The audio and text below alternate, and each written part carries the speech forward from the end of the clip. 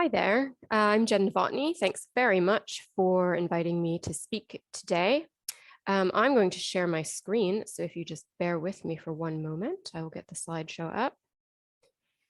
I am going to talk to you about my experiences working with the Scottish Civic Trust and specifically using partnership working to increase diversity and inclusion in the heritage events and activities that I have delivered. I'm the Diverse Heritage Project Officer, and I will tell you a little bit about that project. Here is what I'm going to talk about today. Very briefly, what the Diverse Heritage Project is, why we should be diversifying, and how to go about identifying partners. Mostly going to be doing this through 3 different case studies. So giving you really practical examples, step by step, how I built some of these relationships and what those relationships resulted in. Finally, I want to introduce you to an inclusive events toolkit that I co-authored on behalf of European Heritage Days, then finally wrap up with just some reflections on lessons learned. So the Diverse Heritage Project began in 2018 at the Scottish Civic Trust. It was a brand new project, and we designed it specifically to engage with groups who are marginalized or excluded from the Scottish cultural heritage landscape. So this could be lots of different people, for example, people of color, LGBTQ plus community, refugees or asylum seekers, disabled people, but of course not limited to this. And there can be so many different overlapping identities within these intersectional identities, as well as many more people that are not even on this list. I think we're all representing different organizations of different sizes and with different remits. So you will know who your audiences are, who you already successfully engage with, and who might be missing from your audiences. So what my project does is I work one-on-one with grassroots community groups to co-design and co-deliver small-scale heritage projects of their choice. So we sit down together and say, what is it that we can do or design that lets you look at the heritage that you're interested in? What story do you want to tell? What do you want to explore? And how can I help make that happen? So for example, from 2018, every year I do between 12 and 17 different events and activities. Over the course of the project, I've worked with 50 different community groups. That's over 650 people that have taken part in some way or another. Obviously, this started before the pandemic, in the before times when we could get together and do things in person, and then pivoted to digital activities. And hopefully we'll get back to doing in-person activities soon. So what my project offers is a budget to cover activities, whether that's paying for an external facilitator, if that's more appropriate than me delivering it personally, if it's offering a catering budget or maybe travel to help people attend things. But really, I rely on groups to volunteer their time to plan these things. So some activities maybe are just passive consumption. People come along and we put on something for them. But other times I'm asking groups if they're interested in doing public events. So highlighting something their group is doing and sharing their heritage much more widely through something like Doors Open Days. So there's lots of different ways that groups decide to take part in the project. And why should we push to diversify and make our events more inclusive? I don't think I really have to convince you. I'm assuming since you're here listening to this talk, you're already interested, you're already on board. Really, for me, what we do in the heritage sector, whatever our organizations are, it's really important that we provide social aspects.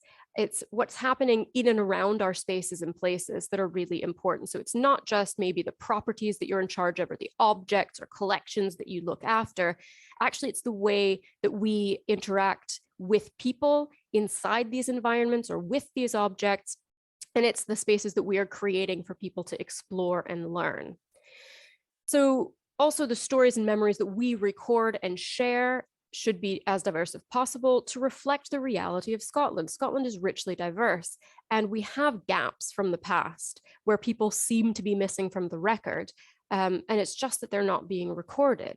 So we don't want to continue to make that mistake. We want to record people now. We want to make sure we capture the reality of Scotland today.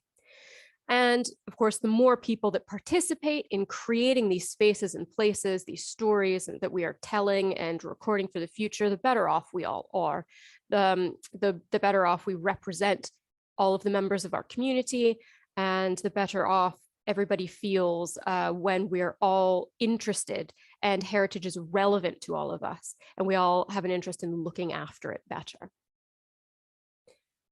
So I argue that in order to diversify, that is to attract lots of different people to your audiences, what we have to do is reach out widely. And one of the best ways of doing that is through partnership working. So when I started my project, again, it was brand new. There was no roadmap for it. Immediately, what I did was just start Googling to see if there were groups out there that were doing the types of things that I wanted to do. So for example, I wanted to engage young people. So I started looking around and I found out that Action for Children had a small group of people of color, young people of color based in Edinburgh that were doing a heritage project.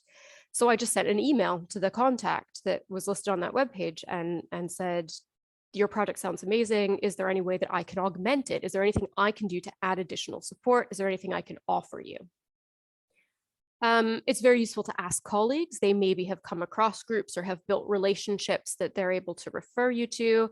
Colleagues at other organizations as well. Maybe it's not somebody that your organization is personally engaged, but somebody else actually has worked with them or can pass on a contact. My first example, I emailed a direct individual, but you can also reach out to networks. So, that are, maybe it's community groups that all have a shared interest or a shared local community. So really, when you're doing this type of reaching out, the first contact that you're making, what I do, and I'm usually doing this via email, because I feel like that's less invasive maybe than trying to track people down sometimes by phone. I state who I am and my organization, and very, very briefly just introduce what my organization does. I think even if you're, you may be a small organization, but even if you're a big national level organization, if you're trying to reach out to audiences that you do not currently engage, don't assume they know what you do. So just a brief statement. You don't have to go into lots of detail, but a link to your organization, a brief statement about what it is you're offering, or the project that you're currently working on and trying to pitch to them. What is it that you can offer? So in my case, what I say is I have a small budget for events and activities that I can support, so that we can explore the heritage of your choice. And I usually give 1 or 2 examples of things I've done in the past. And I think links are really good to include. So for example, there are things that I've written up in blog posts. I have a link to those that I can just insert in that email. So if they want to find out more, they can. And I give my contact details and just say, if you're interested in any of this, please get in touch, and I'm happy to talk more about any of these ideas. What I would say is plan time for relationship building as part of this work. When you're reaching out to groups that you've not really engaged with before, especially groups that have been marginalized and excluded, you have to build trust and put the time in. And I think sometimes that's quite hard if you're working in the heritage sector, if you've got a project maybe that has quite strict deadlines and you're trying to deliver something in a short time span. But it is really important to take the time to get to know groups, to reach out. Some groups just aren't going to come back to you. Some are going to drop out. If you're looking for people to volunteer their time or to take time out of their leisure time to participate in these things, not everybody's going to be able to. So I think it's just building that up, and think very seriously about how flexible you can be. Again, people have other commitments, and you might have a property or a collection, so you're very based within that. There are things that you need to do in and around particular space or a particular theme, if it's a project that's already been designed and already set and you need people to come in and contribute to it. But is there any flexibility within that to let people put their own spin on it, or to do things, to consult on how it is they're engaging? Are you able to work around what a group is maybe already doing and actually amplifying that work, giving people a space to tell stories or exhibit the work that they're doing or tell the stories they want to tell, rather than creating additional work? Is this something that you can actually highlight, rather than asking people to contribute something brand new? And everybody will have different ways that they are able to work, and different parameters that they have to work within. So an example of some of this partnership working, the first case study I want to talk to you about is the project Queering the Map. So this was back in 2018, one of the earlier projects that I did. And this came about from chatting with colleagues at Scotland's Urban Past. We had a shared interest in doing something around the queer heritage of Scotland, recording it in some way, sharing it in some way, celebrating it. So we got together and chatted, and we thought about the different ways our different organizations could play a role in that. At the time, Scotland's Urban Past, if you're not familiar with that project, that was being delivered through Historic Environment Scotland. And that project has since wound up. This was towards the end of their project. So we got together and we're talking about it, and we could each bring slightly different things to the table. And we reached out in the first instance to LGBT Health and Wellbeing, the chapter in Edinburgh, and got a really enthusiastic response. So we said, we want to do something in and around the heritage. And we met with them and we started chatting. And we thought, well, maybe, you know, the hop on, hop off bus tours that go around the city. And what if there was the rainbow bus? What sites would it go to in Edinburgh? What is the queer heritage like? And could we sort of put it down on a map and make a tour out of it? This sounded like something for us that would be really fun. And we had a really good time thinking about this idea. So we decided to have a focus group through LGBT Health and Wellbeing. They arranged it. They have a subgroup that is a queer, trans, intersex people of color group. So we arranged a focus group in November of 2018 with that group. So we came prepared to pitch this idea, and we had some various materials to think creatively, some maps and historical photos and other things that we took along with us. And we sat down, and our opening gambit was, where do you go in the city to explore queer heritage? Where do you feel connected to your heritage? What heritage spots in the city really inspire you? And we immediately met with this resistance about the word heritage was not really accessible. And we were asked, what does that even mean? What does heritage mean? So we dropped that and we decided calling it spaces, places, and stories. Where in the city do you go that you feel your story is being told? And one of the respondents said, quote, "I don't know where to place myself," that this was actually a really difficult question. So as part of trying to talk through this, we pulled out a map, and immediately there was a lot of discussion around it. And we were all sort of drawing and pointing on this map, and it was very enthusiastic. And we thought, right, well, here's our activity, right? We'll step back from this idea of the tour and naming the spaces. Actually, what we need to do is strip it back and just look at a map and think about the places, and where, in this instance, people with intersectional identities who maybe identify with various parts of the community can think about where they belong and where they feel their roots are. So we chose community mapping as an exercise, this being, quote, multivocal, dynamic, and inclusive. So we sought to record both queer space, so spaces and places that are embraced by the queer community of Edinburgh, as well as queering Edinburgh spaces, using that as a verb. So putting a new lens on it, looking at the city in a new way. I would suggest that this is particularly useful with groups who maybe haven't engaged with heritage, history, and the built environment before. Anytime I pull out a map, people are really keen to point to the streets where they've lived, where they've grown up, where memories are. I think people can really get into a map quite easily. So The partners that we worked with to realize this, we already had LGBT health and well-being on board. They were our partners from the start. So this is where we did the focus group. This is where we were developing all of this idea. They were helping us advertise through their network and helping us design the session. So when we decided we were going to look at maps and do community mapping, and we realized this was going to maybe get more personal, and this was going to be not just recording institutional histories of various clubs and pubs and businesses, and but it was actually going to get into experiences of individuals and mapping their own lives, we decided to reach out to Our Story Scotland. Our Story, if you're not familiar with, collect oral histories of the LGBTQ plus community all around Scotland. The oral histories they collect are archived with the National Library of Scotland, and any objects they collect go to National Museums of Scotland. Really wonderful work, and an organization that relies on lots of volunteers all around Scotland to go around and collect all of these information and record these voices. So we floated the idea to Our Story. They really liked it. So we decided we would have the mapping session and Our Story would open it. They brought excerpts from oral histories that they had collected by people, stories about Edinburgh places.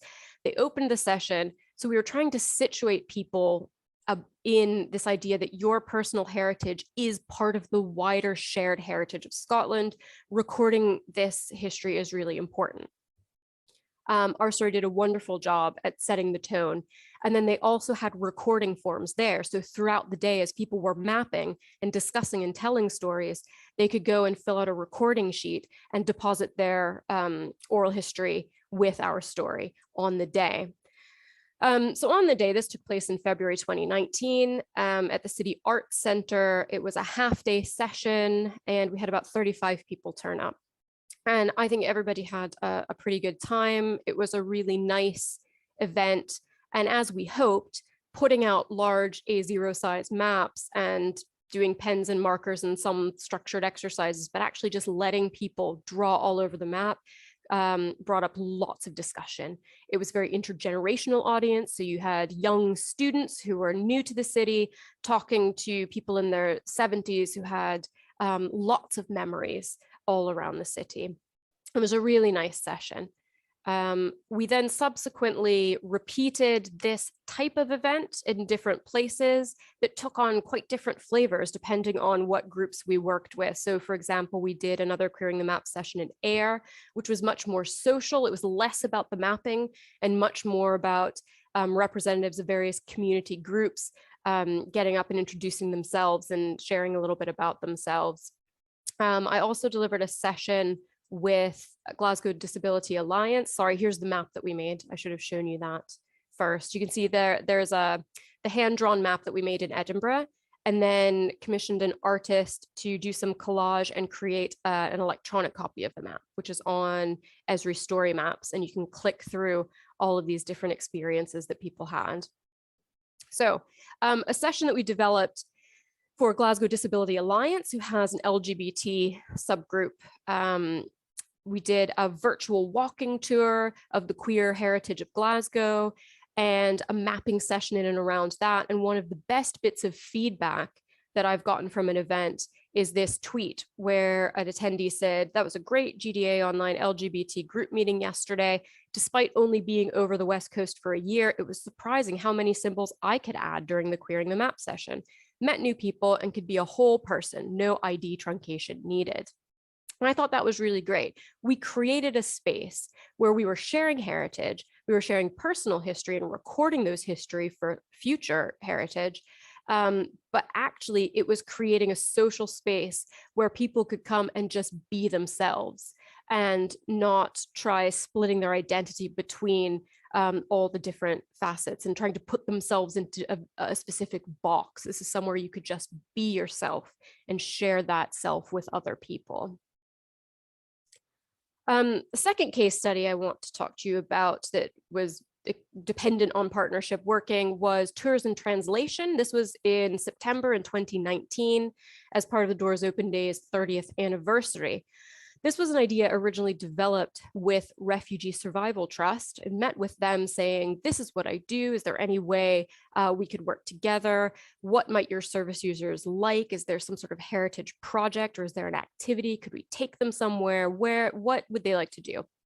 And this idea of guided tours was flagged up as of interest, but there was language barriers there. And so we started talking about, could we do tours in languages that were relevant to Refugee Survival Trust members? And we're also thinking, what site would be good for new Scots that are living in Glasgow? Where is somewhere that might be of interest to them, or where they might feel not welcome, that we could open up the doors for them? And thought of City Chambers, the iconic Civic space in Glasgow. It is a public space. You can go in and look at all of the beautiful interiors, but actually a lot of people don't know that. City Chambers was very supportive of this. There was the benefit that they already do organized tours, and they have tour guides. There was a tour script that they gave us that we were able to cut down slightly and translate, and Refugee Survival Trust helped us identify that the most useful languages would be Arabic and Farsi to translate. And then talking with City Chambers, we also decided that the settled migrant population in Glasgow, we should maybe do a tour in Polish as well, that might be of interest. So you'll see on the screen a copy of the advert for the event that was translated into Polish. So what we needed was volunteer tour guides to actually deliver the tours. So these were recruited through the Scottish Refugee Council. Again, pre-pandemic, used to run volunteer recruiting afternoons where you would just come as an organization, pitch what you had on offer, what opportunities you had, and volunteers would sign up on the day. So I went to one of those. I had copies of the tour scripts, Arabic and Farsi copies, and recruited 3 guides who were very interested, all Farsi speakers. We didn't have any Arabic speakers take part, and also circulated the opportunity through the Sikorsky Society, the Polish society in Glasgow, and got 2 tour guides that were very interested in participating. So what we did was run several training sessions that included us going on tours with the English-speaking tour guides at City Chambers. We got private tours where we got to take our time really going through it, so the guides could look at their printed script as we went through. They were not going to memorize the script. It was all just going to be read, but we memorized the routes through City Chambers and the different rooms and where things happened, and we were able to ask questions. We had interpreters there as part of it. So if there was anything that the tour guides, the volunteer guides couldn't communicate in English, there was somebody there to interpret that. We covered all of the expenses as part of this. So that included all-day bus travel that was reimbursed on the day in cash.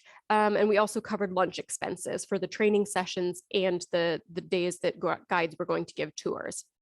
And as part of the volunteer agreement, when people signed on, I would provide letters of reference after the tours.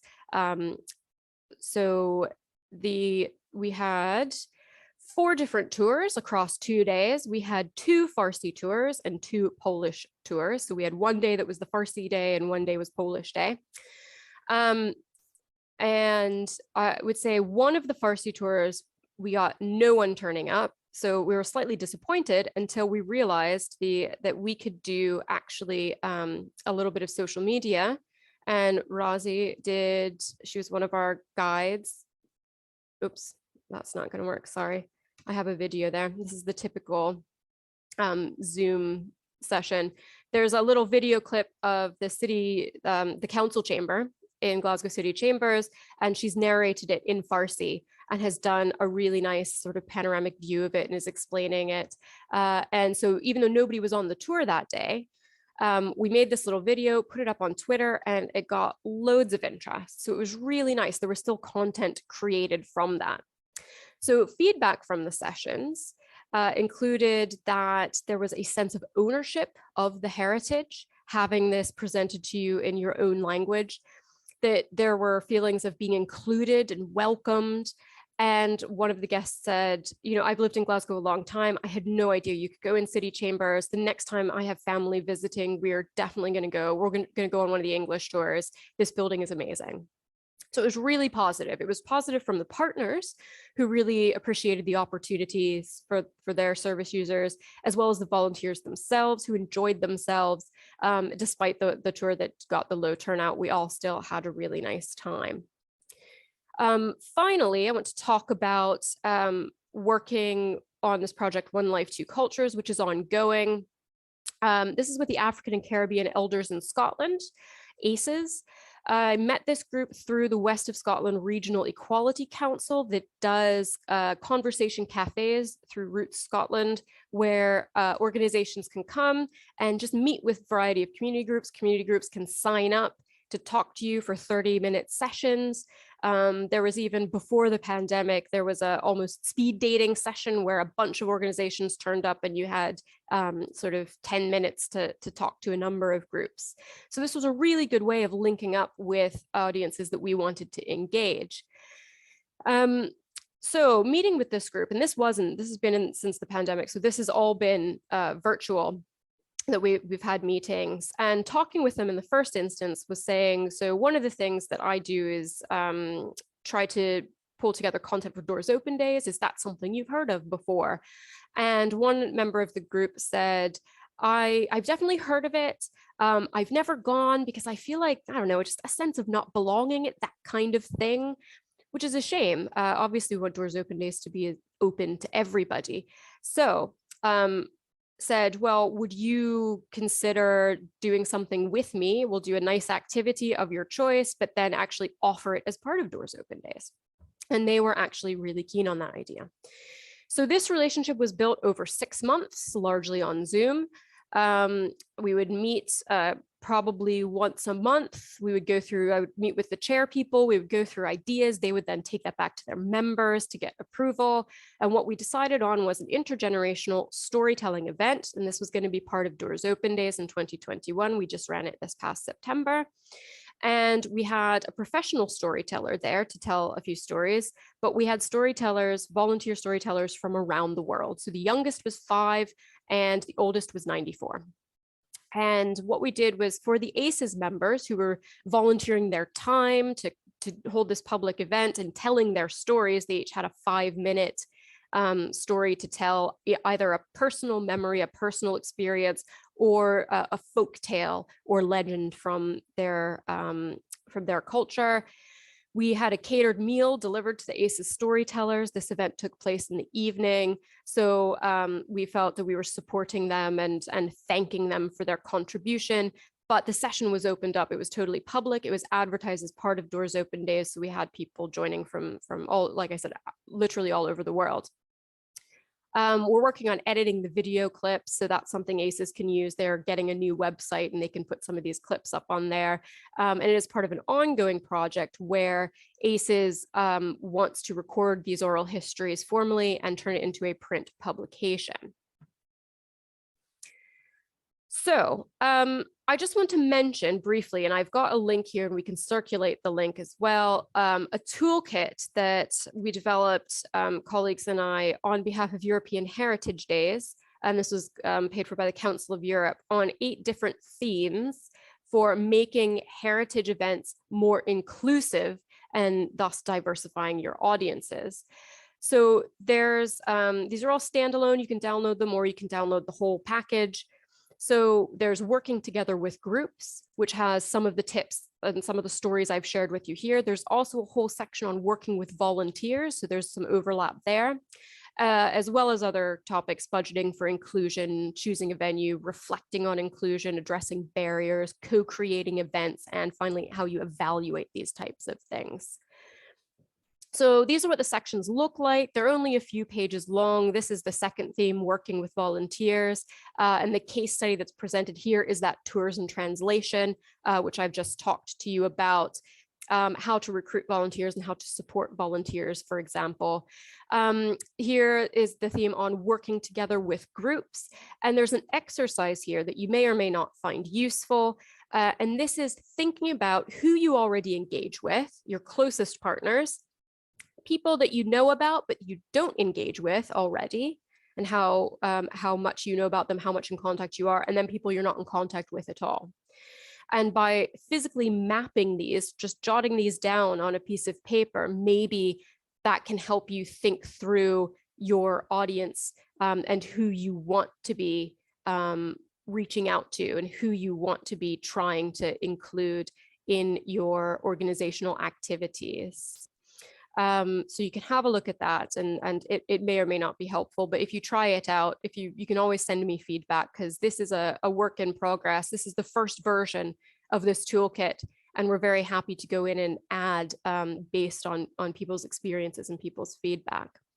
So to sum up, for me, in the heritage sector, small organizations, large organizations, we all need to do a bit better.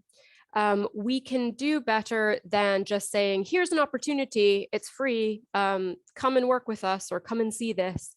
What we actually need to be doing, especially when we're talking about marginalized and excluded audiences, is being very proactive, reaching out, asking how we can be more inclusive, the barriers that we need to remove to facilitate participation in a much more active way. It's not good enough just to say, come to this thing. Partnership working is really crucial for me in this. The way to reach audiences is to work with people that already have relationships with the groups you want to reach out to. You can use those networks. These networks already exist. You don't have to reinvent the wheel. Reach out to the established network and sort of make connections that way.